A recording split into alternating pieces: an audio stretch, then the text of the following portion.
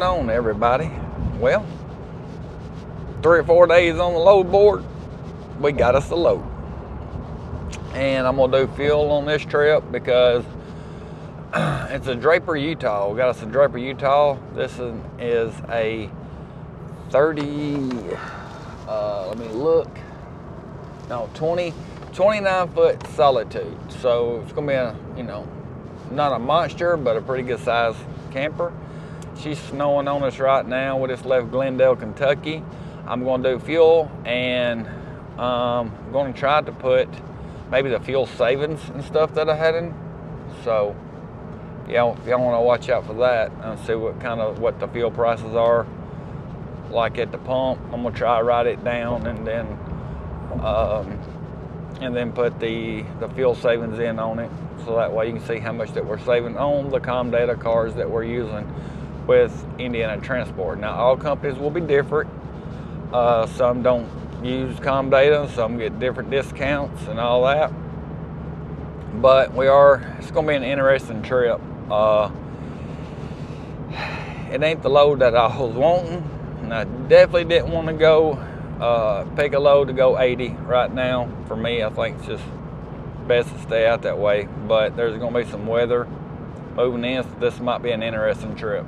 I know it's snowing in Utah and probably gonna be for the next 4 to 5 days. So I guess we'll wait and see what we get into. But 29 foot solitude, paying $1.91. And we'll go over the mileage and everything toward the end of the video. And I get it all looked at and everything. But like I said, I'm going to put fuel in it, so that way you'll see. If you go back and watch some of the earlier videos when I first started making videos, and I done this a while before I started making the videos, and see whenever I was throwing in the fuel prices in there, that way you could kind of see, well, dang. I know I done a Utah on video, pretty sure I have, but if you go back and look, see what that was paying versus the fuel I spent versus now, you'll be able to see how time has changed. Of course, you can do that by just going to the grocery store. I went to Walmart this morning. My wife done had my sandwich maker. She done had most of my stuff bought. I just need to pick up a few things for the truck since I got a load.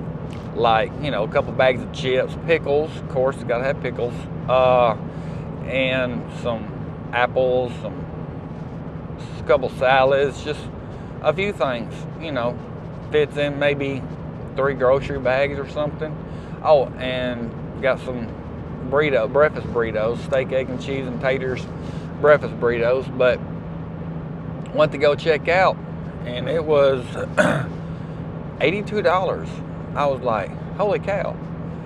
This economy and everything is really getting kind of crazy. Everything is still just going straight up. Now, I will say this, the fuel back there, I have to look, see what it was on the pump, but on the receipt, but I got it for $3.70. Not great, but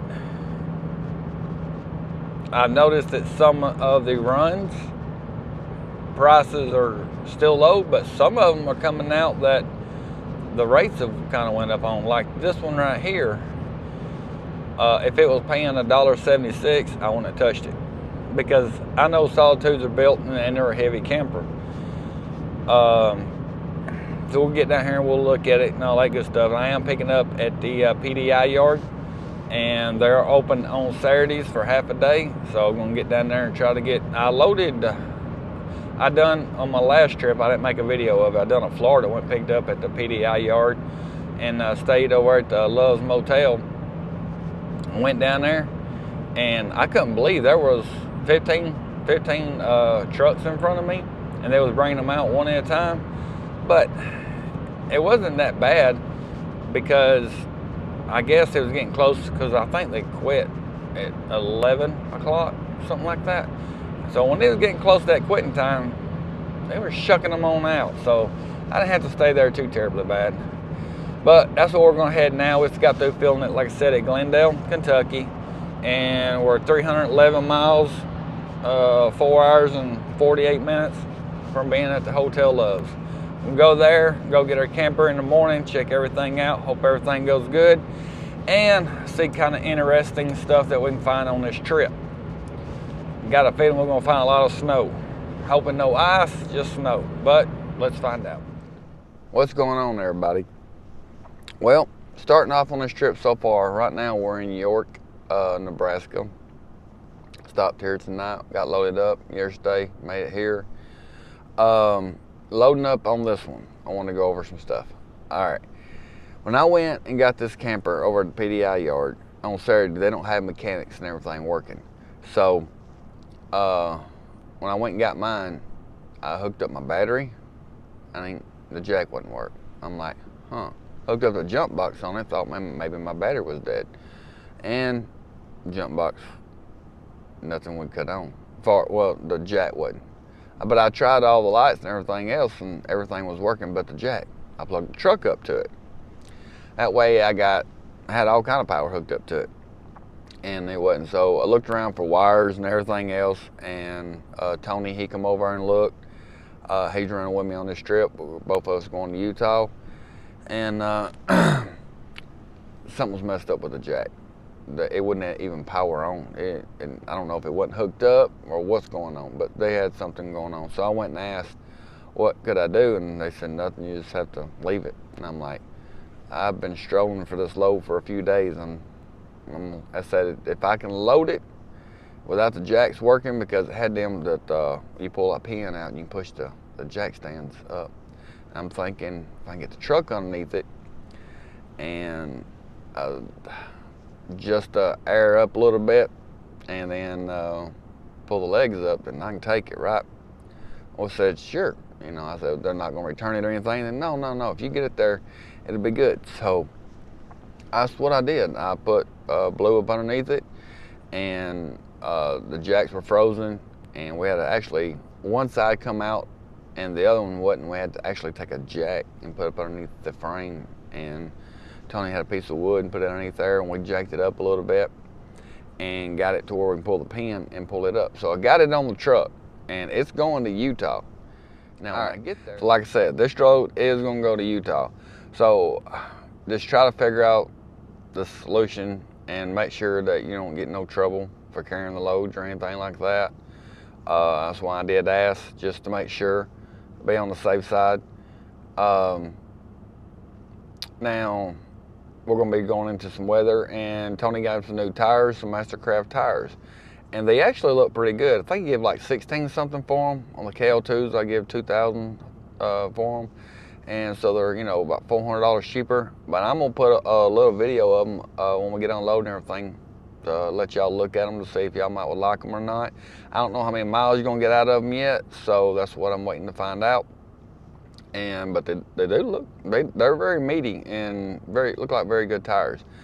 And I'm gonna another subscriber put down a message about a video about weather and tires and when to go and stuff like that. That video I will be doing as soon as I can, and I will get it out to y'all, especially the ones that are looking interested in still getting into this. And hopefully it will pick up before long, hopefully. I don't know when it's gonna pick up. Just to be honest with you, I really don't.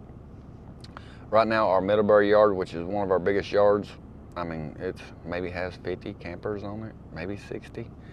It doesn't look good at all. So hopefully everybody comes back to work and start building campers, and we will see. So other than that, if it's going here in York and take a shower and cook some chicken biscuits in the cooker, and gonna head out here and see what else we can get into. All right, y'all, cooking a little snack, fried bologna. All right, y'all, still over here in Wyoming. We left out from Laramie this morning. I thought, well, heck yeah, we're gonna get over and get unloaded today. About 10 miles down the road, started seeing signs blowing snow, ice on the roads, and then 60+ mile-an-hour winds. I'm like, I'm on the weather app, all the apps I got, it ain't showing nothing. So I continued and I hit it. And it lifted my camper up a little bit, lifted my truck up a little bit. So found a rest area and stopped at a rest area. We stayed there probably half a day.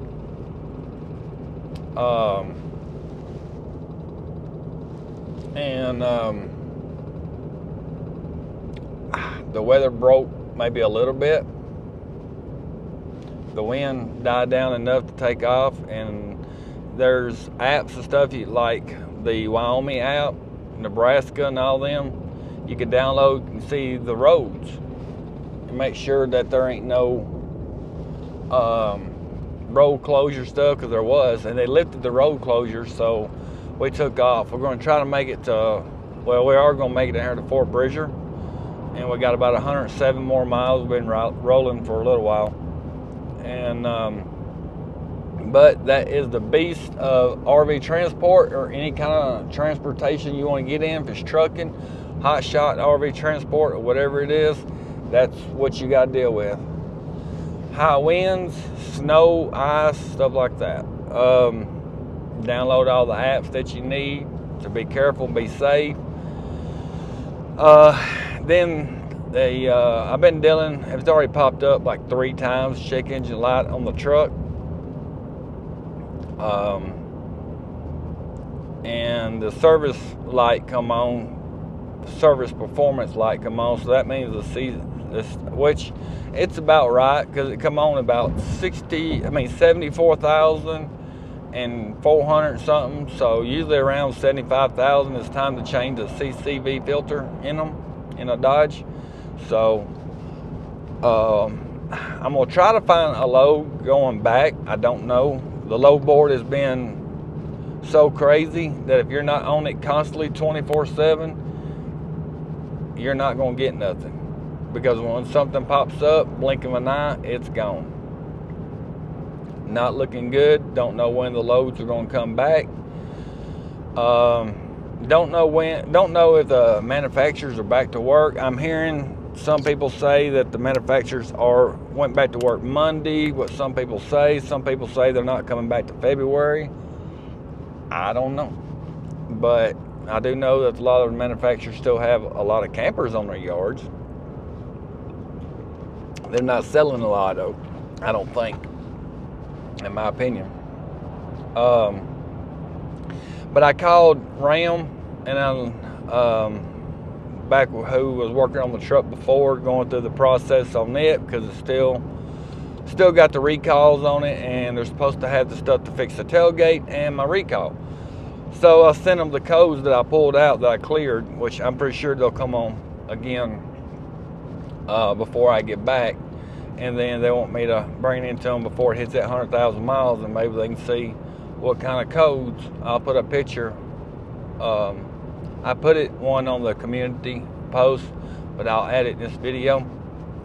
That way y'all could see it. And I've heard from some other people, a lot of people have been going with the same code of pretty much low of the turbo boost, which is weird because I've been watching my turbo and it acting like that it's doing just fine, as far as running and building up like it's supposed to. So I don't know. Another code's popped up. Like I said, I'll put the picture in here. And if you're dealing with a Dodge 2022 Ram and you're having the same issues, put it down in the comments. Let everybody know. But these 22s, man, I am very disappointed on how they're built. I do not think, I know for sure, 100% fact, if I was looking for a new truck right now, it would not be a new one. I would not buy a 2022 diesel at all. But that is my opinion. But we're going to get down here because it was supposed to, where we unload at, we got a couple big hills to climb to be able to get in there to unload, and we actually unload on a hill. So we're going to call them tomorrow because it's supposed to start snowing over there today at 4 o'clock, which was like 25 minutes ago, and supposed to stop in like 3 days. but the weather changes. I just figured I'd flip the camera around, tell y'all what's going on, give y'all some scenery. And we did see a nice, I almost stopped on the side of the road just to get some video. There was nice 3 huge elk on the side of the road back there. Should have stopped and got some video of that, let y'all see them. Maybe next time if I see them. But anyway, that's how the trip is going so far. Speed limit's like, I don't know if you can catch this when it comes up, back down to 55. They're going back and forth from what's on the roads, blowing snow, and temperatures down to 26 degrees. So, but they do take pretty good care of the roads. But we'll get down here and see what happens. All right, everybody, we got it unhooked. We got it here. It's dirty, it's nasty. Sorry if it's loud out here. Truck's definitely dirty and nasty. Now, on the airbag system, it kind of got hung up where it wouldn't go up or down. If that ever happens to you on your air system, airbags, go to your fuse box, cut the truck off, take that fuse right there off. It's K3. Take it out, put it back in, let everything recycle, and that right there will get the airbag system back if they're ever froze up or anything like that. Now, the KO2s, I know I showed y'all in videos again, but I was wanting to show you because I'm supposed to show you Tony's. Now, yes, they are dirty. Been going through a lot of crap. That's why the truck is filthy. So now these are $2,018 what I paid for them. Now the one Tony's has, they're Mastercraft. He gives $1,600. They got different patterns. They are also, these are also 12 ply. So I've been looking for 12 ply, can never find none. So he found these Mastercrafts and trying them out. So if they get the mileage, I may have to try out a set. He says they don't ride rougher right now. This is the first trip he's had with them on. They look really good on the truck.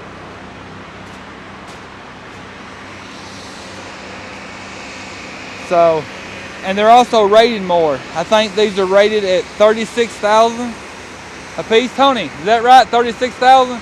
3640. 3640. Yeah, 3640. When you come in over here, you're gonna come into the gate right here. Just wait. You have to call unless the gate's open. But as you can see, 2 more has already come in. This place is packed, just like that. And you got both sides of the road you park on. That's where we're at. All right, so I guess we'll go over everything. Let's see, total miles was 1,496 miles. Total pay on this was $1.91. This load paid $2,857.37. All right, now I got fuel 4 times. The first one was in Kentucky, and I'm trying to remember the name of it. It just dawned out. I put it in the beginning of the video anyway. Well, anyway, I pumped $307.61. Now on the pump, it was $4.49. I paid $3.70. Now, second time I got fuel was over there at Iowa 80 at the TA. I pumped $219.91. Now this is diesel and DEF together. On the pump was $4.48, and the what I paid for it was $3.66. All right, and the next place I stopped was York, Nebraska. I pumped $211.80. On the pump was $3.99, and I paid $3.67. And then I got it down here at Laramie. I stopped at Laramie, went and topped off because it was running into the weather. $226.34 what I pumped. On the pump, it was $4.59, and I paid $3.87. Total rounding of fuel of $965.66 on the fuel. So this load should have been off yesterday. Let me get this notifications off. All right, this load should have been off yesterday, but the wind held us up, and then this morning we did hit a pretty good bit of ice. And I'm gonna go out in another video. I'm gonna start on the way back, I do believe, on some stuff that the subscriber wanted me to do. So that's gonna wrap this video up. Hope you enjoyed it. Like, comment, share, subscribe, all that good stuff. Y'all be safe out there. See you on the next one.